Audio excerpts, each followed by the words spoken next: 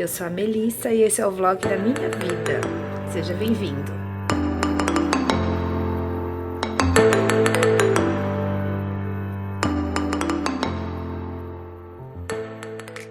Oi, eu sou a Melissa.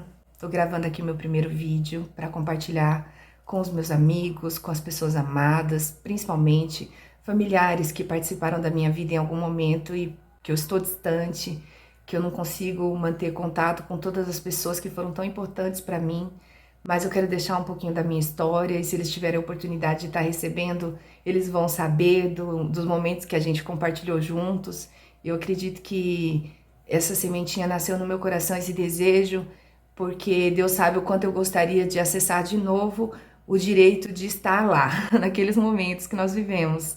Mas não é possível, ninguém consegue, então vamos começar por aqui. E hoje eu tenho o dia de hoje para falar, para expressar minha gratidão, meu carinho e falar que foi principalmente para vocês, mas eu sei também que eu tô falando para pessoas que devem ter recebido algum diagnóstico de depressão, ansiedade, câncer. Então eu quero contar a minha trajetória com o intuito de poder te ajudar, de poder trazer para você um sentimento de que, embora eu tenha tido esse diagnóstico lá em 2017, ainda estou aqui. E hoje com muito mais motivos para sorrir, para cantar e para agradecer por ter entendido tantas coisas que eu não tinha entendido até então, antes de ter essa doença, né? Hoje eu falo para os meus filhos, para as pessoas da família, que quantas vezes eu aconselhei com tanta segurança de coisas que eu nem estava preparada para aconselhar, eu nem tinha entendimento sobre o assunto, mas é que é tão fácil falar, mas na hora que a gente vai viver é diferente. Então, a gente que está vivendo aqui sabe o que a gente está passando. A primeira coisa que eu quero deixar para vocês é uma palavra do Senhor. E dizer que toda honra e toda glória na nossa vida seja dada a Deus. A nossa fé, ela é em primeiro lugar, a nossa fé, a certeza de que o Deus Criador, Ele pode e Ele vai resolver se Ele quiser. Então, a palavra do Senhor em Isaías 42:8 fala assim, ó: Eu sou o Senhor, este é o meu nome, não darei a outra a minha glória, nem a imagens o meu louvor. O nosso Deus, Ele exige a atenção que é dele. Durante a minha trajetória, eu perdi mão dessa comunhão com Deus. Eu achei que eu conseguiria fazer, eu achei que eu conseguiria resolver, eu achei que eu estava pronta. Eu estudei, me preparei, eu estou pronta para enfrentar determinadas situações. Só que se a gente não tem um Deus com quem a gente tenha comunhão, para a gente viver as situações, então a gente acaba se perdendo no meio do caminho, porque acontecem as coisas que nos tiram do caminho. Então, essa é a primeira palavra mais importante que eu considero de tudo isso, dar a Deus o que é de Deus. E toda honra e toda glória é a Ele, e a nossa vida é dele. E a gente não pode se confundir com relação a isso. A gente não pode querer decidir a hora de chegar ou de partir, porque se a gente não colocar no altar de Deus, a gente se coloca em situações difíceis. E já fiz isso várias vezes. Então, por isso que eu quero compartilhar isso daqui com vocês. Esse foi um caminho que o Senhor me mostrou em relação a todo esse tratamento, a toda essa situação. Eu nasci em 1980, tenho 43 anos. Saí de casa com 18 anos. E por isso que eu digo que em alguns momentos eu tinha certeza tão absoluta de que eu estava pronta, de que eu trabalho, eu consigo, então, alugar uma casa, ter minha casa. Estava pronta, eu saberia como fazer, porque eu sempre fui muito comunicativa, sempre fui muito querida, as pessoas que estavam perto sempre queriam me ajudar, então eu não tinha medo aos 18 anos, eu não tinha medo, eu sabia que eu era capaz. Então eu arrumei 2 empregos e me coloquei numa situação de vida para o trabalho. Achei que estava perfeito, né, nesse formato, achei que estava muito perfeito. Só que essas dores da saída precoce, do distanciamento da minha família, elas vieram depois. Com o tempo comecei a sentir falta de ter tido mais convivência, de ter tido mais tempo. Por que que eu me permiti me afastar? Já que estar no colo da família é tão maravilhoso, mas foi uma decisão que eu tomei e que eu tive que arcar com as consequências daquele momento, né? Aí em 2018 mesmo eu conheci o meu esposo e a gente começou a nossa família e aconteceram algumas situações. Em 2020 ele veio morar comigo na minha casa E foi maravilhoso, eu fiquei super feliz com essa decisão. A gente não preparou um casamento, a gente não se programou, mas importante que a gente conseguiu, né? A gente estava juntos e a gente ia começar a nossa família juntos. E tudo isso de não ter se programado, de não ter se organizado e de ter deixado acontecer, gera alguns percalços no meio do caminho. Então a gente teve algumas dificuldades. Dificuldades que em alguns momentos parecia até que ia fazer as coisas andarem para não dar certo. Mas Deus cuidou de tudo e a gente foi indo. Em 2001 a gente casou formalmente e em 2002 nasceu a minha primeira filha, Isabelle, minha princesa linda. Te amo. Foi a minha primeira crise depressiva mais forte, quando eu precisei de medicação, tomei muito remédio, tentei o suicídio, achei que não tinha forças para encarar, porque embora eu não fosse tão jovem, eu tinha 22 anos, eu não tinha controle emocional. E imagina você trabalhar, cuidar de casa, um grande amor, e agora uma filhinha que dá tanto trabalho, mas só que eu não me programei, eu não tinha certeza do que eu estava fazendo. Eu fiz isso por impulso, eu agi como aquele momento e pronto, eu não pensei sobre o assunto. Claro que hoje é uma bênção, é assim, melhor coisa, a maior coisa que eu tenho na minha vida são meus filhos. Mas a crise depressiva quase que me tomou e ela ia ficar sozinha tão bebê, né? Tão pequenininha, porque eu não tive estrutura emocional para a missão de ser mãe, que é uma missão a mais importante, né? Você ser mãe, você tem que abdicar da sua vida pelo filho. Você tem que mudar todos os critérios de organização, porque agora o seu tempo é dele, toda a prioridade é para ele. Então, se você trabalha, a renda é prioritariamente para ele. Então, tem os cuidados dele, a roupa dele, o hospital, o plano de saúde, o médico. Então, acabei me colocando numa situação em que eu não tive estrutura para conseguir enfrentar. A depressão veio, me maltratou minha família, maltratou as pessoas que eu amava, porque começa de um estresse, começa de muito nervoso, começa de você achar que você sabe o que está fazendo, e só que ali você já perdeu o controle de si mesma, e então a ansiedade, querer saber fazer, querer que você sabe resolver, e na verdade quando você se vê ali perdida na situação, é a hora que o inimigo coloca no seu coração que você não é capaz, que você não pode, que você não consegue. Foi o que aconteceu comigo. Então, de 2002, quando a minha filha nasceu, até 2022, eu tive muitas crises emocionais. E algumas gravíssimas, como tomada de remédios, idas a psiquiatra, psicólogos, tudo isso. E eu vi um estudo que falava que depois de uma crise depressiva forte, depois de 2 anos, aparece um câncer. Eu não sei exatamente, eu acho que o organismo humano ele não tem a gente não é capaz de dizer com certeza que é isso, porque tem pessoas que nunca tiveram depressão, nunca foram diagnosticadas e também geraram câncer, né? Eu não sei se isso daí é comprovado, mas eu já vi estudos que falaram que sim. E dentro de mim eu sinto que teve a ver sim, que o câncer ele veio em consequência dessas dores na alma. Quantas vezes orei pedindo a morte, né? Então, as doenças, elas chegam não por acaso.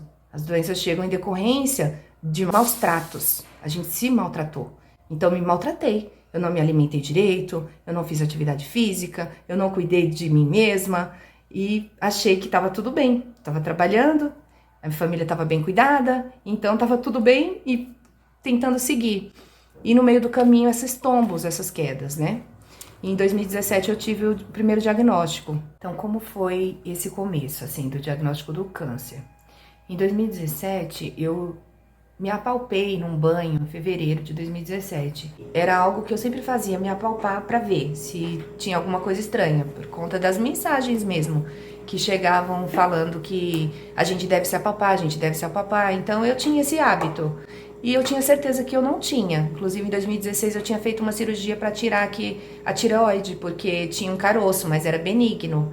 Eu tirei no final de 2016 e quando foi em 2017 eu senti esse caroço. Um carocinho, pequenininho assim, nada assim assustador. Mas eu sabia que eu não tinha, então no mesmo dia eu corri e fui no postinho de saúde.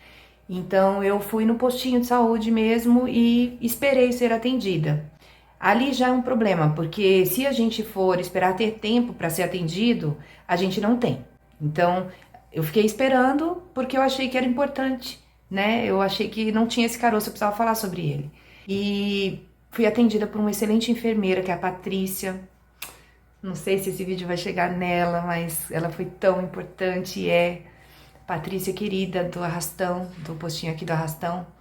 Ela disse assim: Melissa, olha, minha mãe teve câncer. Esse carocinho pode não ser nada, como pode ser. Então, vamos investigar, vamos fazer exames e vamos ver o que é isso. Mas uma coisa eu te digo, se for câncer, tudo depende de como você vai encarar esse tratamento. A sua cabeça, a sua força, o seu sentimento é que vai direcionar esse tratamento. Ela falou do testemunho da mãe dela, ela falou sobre a importância de você ter muita força no tratamento espiritual, porque se a gente tentar com as nossas forças, a gente não é capaz, e se a gente se desesperar, a gente morre. Eu recebi aquilo ali como uma orientação de Deus, porque eu não tinha essa força, esse controle emocional, eu não era esse exemplo de força, pelo contrário, todos que me conhecem sabem que eu sou chorona, que eu sou reclamona, que eu sou amedrontada, né? E essa palavra dela nesse momento, ela me preparou para esse tratamento.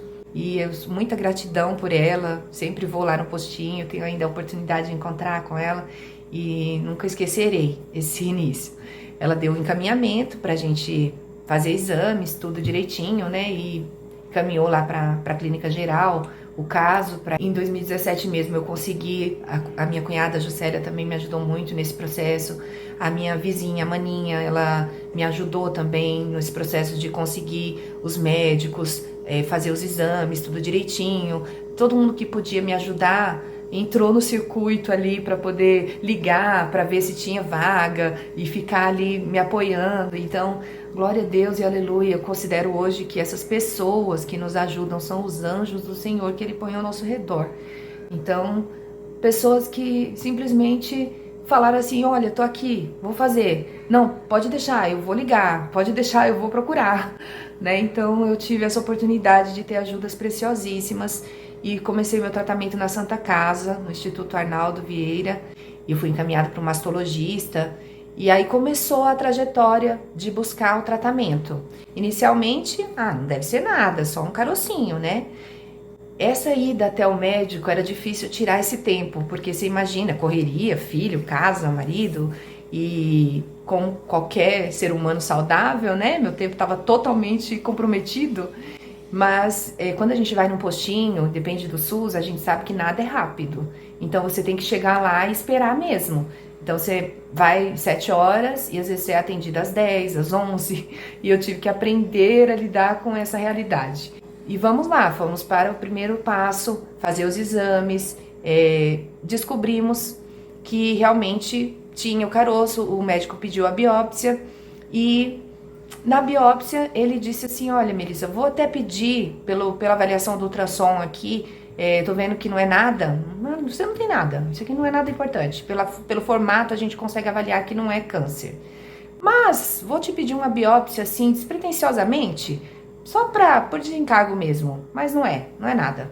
Aí fui encaminhada, de novo, esperar dias e dias até chegar o dia de fazer o exame, né, da biópsia, acho que meses até. Mas enfim, eu senti em fevereiro e eu fiz a primeira cirurgia em setembro. Então não foi assim muito tempo, mas quando a gente tá com problema de saúde, a gente acha que é. Cada dia é muito tempo, então eu não estava preparada para esperar tanto, a gente ansiosa, né? Não tava tudo, eu achava que era muito absurdo. Esperar 2 meses um exame, esperar 3 meses um exame. E hoje eu já tô tão acostumada que eu sei que é assim que funciona mesmo. E às vezes você tem a sorte, assim, o privilégio de conseguir uma vaga rápida. Nossa, você fala, puxa, que demais. Então, geralmente demora. E geralmente demora também o tempo de você ser atendido quando você chega no lugar, né? E já aprendi a lidar com isso. É real, é assim que funciona. E a única coisa que eu falo hoje pra minha família, pros meus amigos, é que esse tempo é um tempo terapêutico meu. Eu levo um crochê, eu levo um livro, ou meu celular mesmo, e eu sento ali à espera de ser atendida, com a certeza de que é algo demorado que eu estou indo fazer. Porque se for rápido, glória a Deus, ganhei tempo. E se for demorado, a ansiedade não me corroeu. Então eu criei estratégias de lidar com a situação. Quando o médico pediu a biópsia e me disse que não era, que tinha certeza que não era, eu fui fazer muito aliviada de que não tinha nenhum problema. Só que quando eu fui receber o resultado do exame, eu fui até o hospital buscar. E eu tava sem Google, tava sem internet de rua, mas eu tinha o WhatsApp no meu plano do celular. Então eu mandei mensagem para minha irmã mais velha, Sheila, querida, meu amor. Eu falei, Sheila, olha aí, carcinoma mucinoso, o que é isso? Pesquisa pra mim. Ela é muito curiosa, ela gosta de fazer pesquisas na internet, sempre foi muito mais esperta que eu nesse sentido. E aí ela já, de pronto, ela respondeu assim, ó, quando você tem o seu médico, isso aí não é coisa simples, isso aí não é bobagem. Então, de imediato, pela resposta, eu já calculei, câncer, né? Não tem outro caminho. Como eu estava sozinha dentro do ônibus no momento da conversa, eu me deprimi, eu chorei, eu me encolhi, eu fiquei desesperada, eu chamei por Deus, eu falei, ai Senhor, não quero morrer não, olha só, tô vivendo até uma fase boa agora, né? Não tô com crise depressiva, não tenho nada, e meus filhos precisam de mim, eu tenho família, Senhor. E comecei a fazer minhas orações ali, no ato do desespero, né? De não querer morrer. Então, esse diagnóstico, o momento de recebê-lo é mesmo muito chocante. A gente está acostumado a ver filmes, vídeos e histórias de pessoas que contam a trajetória e termina na morte. Então, automaticamente, é muito sofrido você ver o final, a morte. Mas é justamente nesse ponto que eu vejo que o importante não é o final, porque a morte é certa para todos nós. É para isso que estamos indo mesmo, não tem outro caminho. O importante é a trajetória, é a certeza de que hoje você tem para fazer, para realizar os seus planos. Então, o que eu tenho para fazer, eu não posso deixar para amanhã, nem para a semana que vem, nem para o ano que vem, porque eu não tenho certeza se eu vou estar por aqui. Então, a única certeza que esse tratamento me dá é que o que eu tiver para fazer é já. Eu não tenho tempo para esperar e nem para programar. Então, em 2017 eu tive o sintoma, eu senti o caroço. Aí eu tive uma trajetória ali de tempo de exames e biópsia e quando eu fui fazer essa cirurgia foi em setembro de 2017. Então, de fevereiro até setembro, eu tive aquele período do contato inicial, né? E em setembro fiz a cirurgia, já fiz as radioterapias. Em dezembro eu já tinha terminado essa primeira etapa das radioterapias e a médica optou por não fazer quimioterapia naquele momento. Ela disse que pelo tipo do câncer ele não reagiria bem à quimioterapia, então ela indicou só a radioterapia e fiquei tomando tamoxifeno, né? E aí eu tinha que tomar diariamente o tamoxifeno e fui tocando assim. Em 2018 eu já estava mais habituada com esse tratamento, de esporadicamente ir lá fazer exames e tudo, e já estava mais consciente de que já tinha passado, que eu ia ficar bem, que isso aí ia ser um testemunho e que tá tudo bem. Em 2019 segui com os meus projetos, com os meus sonhos, eu ia nas minhas consultas e tudo, mas veio a pandemia, né, fase difícil, mas eu continuava seguindo com tudo, com todos os meus projetos, com todas as minhas ideias, com trabalho, com casa e tudo. Aprendi um pouco, mas não tanto com o meu problema de saúde, que eu fui tocando como se eu não tivesse. Quando foi em 2020, surgiu uma ideia nova de um trabalho, né? E eu embarquei nesse trabalho. Em 2020, final de 2020, a gente iniciou esse projeto. Aí daí em 2021 ficou difícil ir ao médico. Eu já não tinha tempo, estava muito corrido. E aí eu adiava algumas consultas, exames e tudo. E já vinha de vez em quando algumas crises depressivas, porque daí eu me enfiei em trabalho de novo e não tinha tempo de cuidar bem da minha casa, nem dos meus filhos. E aí a gente vai deixando as coisas por fazer e começa a dar um desespero de ver, né, que se acumulam as coisas. Então o trabalho não me fazia feliz, mas era o projeto principal. Em 2022, creio que depois de meados de 2022, eu recebi o próximo diagnóstico de que ele tinha se espalhado e que agora tinha no pulmão, no fígado nos ossos. E quando eu recebi esse diagnóstico, eu fiquei mais desesperada, né? De novo eu tive o contato com a morte, de novo eu soube que eu tava numa situação muito complicada, né? E nesse período eu tava num processo depressivo, tomando remédios, fazendo terapia, no ato do desespero da situação. Então, começar essa quimioterapia naquele momento, para mim, foi muito difícil. Eu não tinha esperança pela vida, eu não tinha vontade de viver. Então, nesse momento do segundo semestre de 2022, para mim, tanto fazia qual seria a decisão de Deus. Cansada, a gente fica cansado, né? Cansado por conta das situações que a gente se coloca, né? A gente cria um montão de responsabilidades e daqui a pouco a gente não dá conta de fazer tudo e vai vendo as coisas que a gente criou com tanto amor ficando pelo caminho e aí começa a desanimar, começa a sentir tristeza. Então foi nisso que eu comecei esse tratamento e não fiz. Eu tive sugestões de pessoas que me disseram: faça um canal, fala sobre o tratamento, e eu não tinha controle emocional, assim, eu não tinha condições emocionais de falar sobre o tratamento.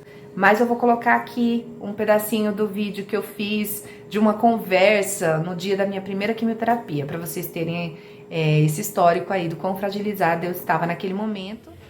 Oi, família! Hoje é quarta-feira, dia 26, eu fiz a primeira sessão de quimioterapia. Acabei de falar com a Ju e com o Dan, e ela falou umas palavras muito bacanas. Eu tinha falado da possibilidade de gravar algumas coisas, mas que eu desisti. E ela falou assim: grava sem compromisso, grava alguma coisa que seja importante pra você. Aí eu gostei da ideia, né? Se um dia lá na frente eu quiser postar, eu ter algum material gravado. Então, de repente, no meio desse tratamento eu vou fazer isso. Mas hoje eu cortei meu cabelo eu mesma aqui curtinho, ó. E eu achei que isso aqui foi muito importante pra mim, porque eu queria cortar curtinho há muitos anos. E hoje eu tive coragem. Tô um pouquinho enjoada, mas tô bem. Mas hoje eu me sinto muito mais segura, muito mais forte. Eu já fiz 10 quimioterapias e 6 vermelhas, que normalmente no protocolo são 4, mas a minha médica decidiu fazer 6. E aí depois eu passei para as brancas e agora fiz a 10ª e a semana que vem eu devo fazer mais uma. Não tenho nenhuma perspectiva de quando termina, porque em cada exame de sangue a médica avalia se vai continuar ou não as quimioterapias. Eu não tenho perspectiva de quanto tempo esse tratamento vai demorar, de qual evolução que está tendo esse tratamento. Então, o que a médica me disse é que está controlado. As lesões aumentaram, mas o índice no sangue diminuiu. Então, assim, se comparar o resultado do começo, de quando eu comecei as quimioterapias, e o de hoje, a situação é a mesma. Que pra mim é uma ótima notícia, né? De acordo com a minha médica.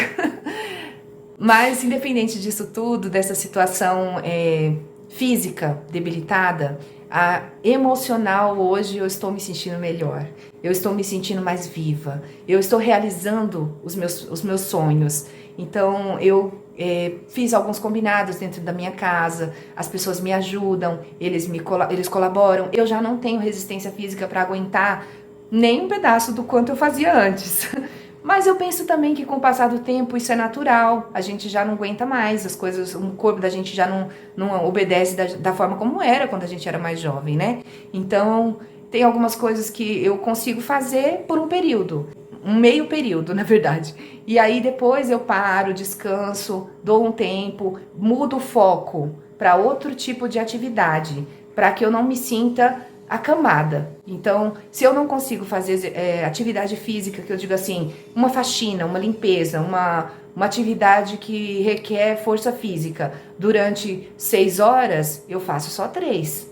E aí as outras 3 eu ocupo com algum projeto de falar, de conversar. E agora entrou esse projeto do YouTube, né? Que foi uma sugestão que eu recebida por tantas pessoas e eu não tinha aceitado. Mas entrou por quê? Porque eu tenho esse tempo, porque eu tenho essa condição de fazer. Quando eu tinha força física, eu ocupava inteira o meu tempo. 20 horas, se possível, né? Porque eu cuidava de trabalhar fora, de cuidar de casa, de outros planejamentos, de ajudar meus filhos, de ajudar meu esposo em projetos deles. E para finalizar, eu quero pedir perdão às pessoas que eu magoei nos momentos de estresse. Eu sei que você que está ouvindo e que foi uma das pessoas que foram atingidas por momentos de rompantes que eu tive, não só depois da quimioterapia, porque a quimioterapia também nos traz esses momentos, ela também nos traz uma certa revolta, uma certa dor de estar passando pelo sofrimento daquele tratamento. Então, eu acredito que muitas colegas, homens que tenham passado por esse tratamento vão entender o que eu estou dizendo. Tem momentos que a gente não se controla emocionalmente, mas mesmo antes, quando eu tive as crises depressivas, eu tive sim momentos de muito nervoso, de muito ódio, de culpar pessoas pelas situações que eu estava vivendo, de estresse. E essa é uma parte muito importante para mim. Eu quero pedir perdão, mesmo não estando com você pessoalmente, mesmo talvez não lembrando o que eu fiz com você. É possível que eu fiz. Eu sei que eu dei muito amor durante toda a minha trajetória, eu sei que eu dei muito carinho, eu sei que eu dei muito do melhor que eu tinha de mim, mas em dados momentos eu dei também. Descontei alguma situação e que você talvez não foi com você, tá? Então, me perdoa. E muito obrigada a todos que compartilharam tanto amor comigo até aqui. Muito obrigada à minha família, o Sandro, Isabelle, Luiz Antônio, os meus de casa, os meus da casa dos meus pais, os meus irmãos, que cada um tem sua casa, os meus cunhados e tantas pessoas que eu falo hoje que são nossa rede de apoio, que cuidam de mim, dobrando seu joelho e orando a Deus. Senhor, concede saúde e vida a ela. Então, nessa rede de apoio, o Senhor tem me dado vida até aqui. E eu posso começar hoje um projeto novo, que é esse canal. Então, obrigada por ter assistido até aqui. Obrigada pela sua companhia. Deus te abençoe. E se você é vítima de um diagnóstico desse, entenda que a gente ainda tem muito que aprender. E de repente a gente tem que se reavaliar. Onde é que estão as minhas dores? Onde é que Deus tem que trabalhar em mim? Porque às vezes a gente vai numa pregação, num culto, ou ouve pela internet, e aquela pregação é bonita, mas não fala com a gente. Depois de alguns meses, aquela mesma pregação é pra gente. Então quando Deus está falando, você entende que essa palavra é para você. Então existe o tempo certo para todas as coisas.